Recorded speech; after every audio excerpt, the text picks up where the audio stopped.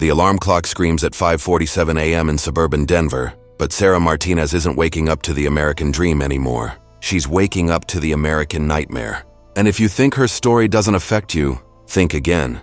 Because what's happening to her is the blueprint for what's coming for every middle-class family in America. Hit that subscribe button right now, because what I'm about to reveal will change how you see everything happening around you. And drop a comment telling me if you've noticed these changes in your own neighborhood. Sarah makes $68,000 a year as a registered nurse, a salary that should have guaranteed her a comfortable middle-class life just 15 years ago. Today, that same paycheck barely covers her rent for a cramped two-bedroom apartment 40 minutes outside the city center.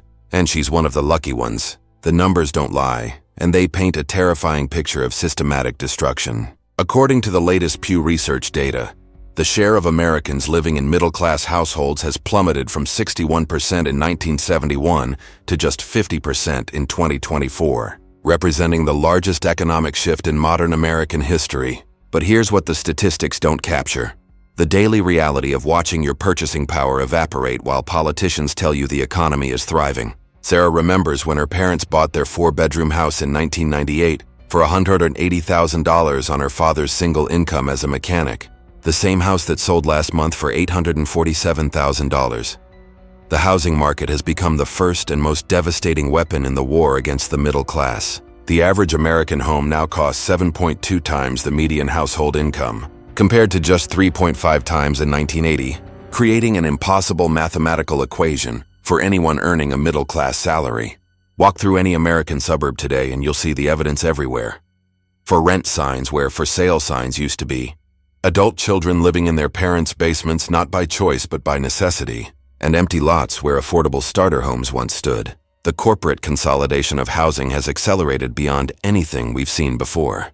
Investment firms like BlackRock and Vanguard have purchased entire neighborhoods, converting owner-occupied communities into rental properties and permanently removing homeownership opportunities from middle-class reach. But the housing crisis is just the visible symptom of a much deeper disease. The real attack on the middle class happens through what economists call the income illusion, the carefully constructed myth that wages are keeping up with the cost of living when they're actually falling further behind every year. Sarah's $68,000 salary sounds substantial until you break down the math of middle-class survival in 2025.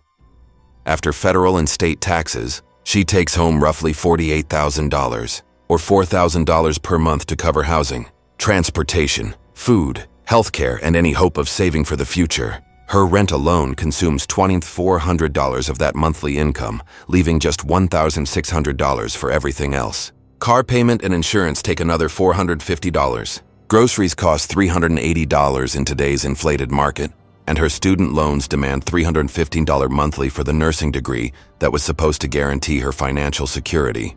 The arithmetic of middle-class destruction becomes crystal clear. Sarah has $455 left each month for healthcare, clothing, utilities, phone service, emergency repairs, and any attempt at building wealth for retirement. One unexpected expense, one medical emergency, one car breakdown, and she joins the growing ranks of the working poor. This isn't happening by accident, and it's not the result of natural market forces. The systematic erasure of the middle class represents the largest wealth transfer in human history, moving trillions of dollars from working families to corporate shareholders and ultra-wealthy elites through carefully designed policies and practices. Consider the Federal Reserve's monetary policy over the past 15 years. Every round of quantitative easing, every artificially suppressed interest rate, every trillion-dollar money-printing exercise has inflated asset prices while wages remain stagnant, creating an economic environment where asset owners get richer while workers get poorer.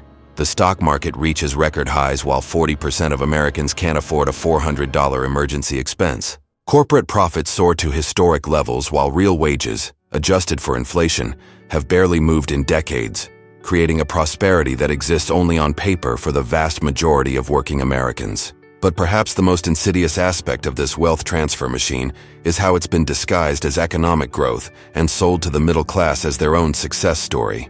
Politicians celebrate job creation, while those jobs pay wages that can't support the middle-class lifestyle they once provided. The gig economy has become the perfect vehicle for this deception, allowing corporations to eliminate benefits, job security, and career advancement while marketing precarious employment as entrepreneurial freedom.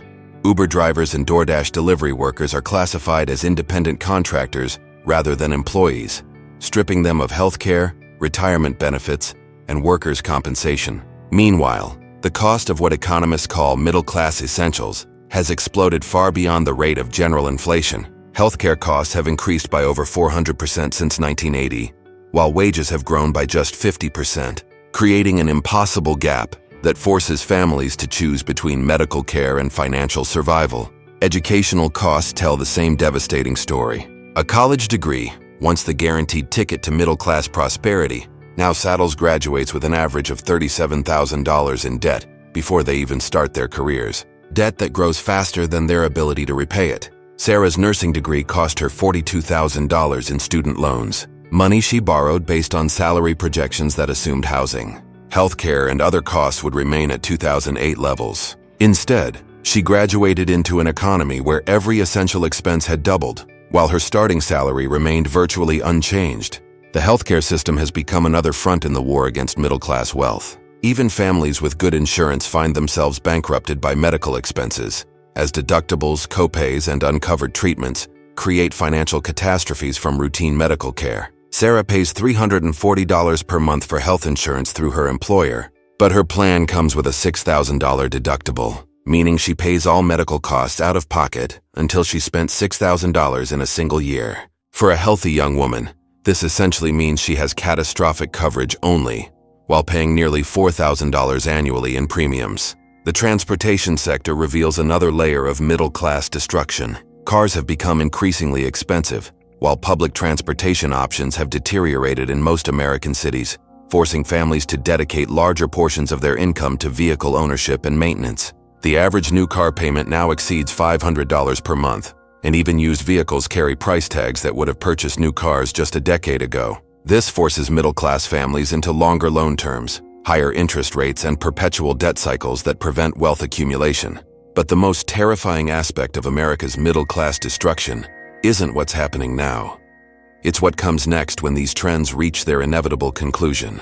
We're approaching what economists call the point of no return, where the middle class shrinks below the critical mass necessary to support democratic institutions and economic stability. History shows us exactly what happens when societies lose their middle class. The collapse of the Roman Empire, the French Revolution, the rise of authoritarian regimes throughout the 20th century, all followed the same pattern of extreme wealth concentration and middle-class destruction that we're witnessing today.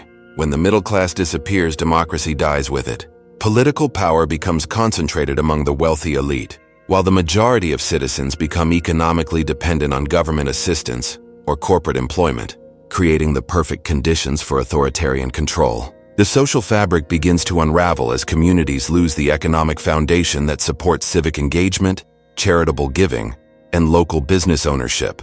Small towns die as Main Street businesses close, unable to compete with corporate chains or survive without middle-class customers. Sarah sees this happening in her own community. The local hardware store where her family shopped for 3 generations closed last year, replaced by a Dollar General that offers cheaper goods but no local ownership, no community investment, and no middle-class jobs. The restaurant where she celebrated her high school graduation is now a vacant building with broken windows, its owner unable to afford the rent increases that followed corporate investment in the surrounding area. The fabric shop, the bookstore, the family-owned pharmacy, all gone, replaced by national chains that extract wealth from the community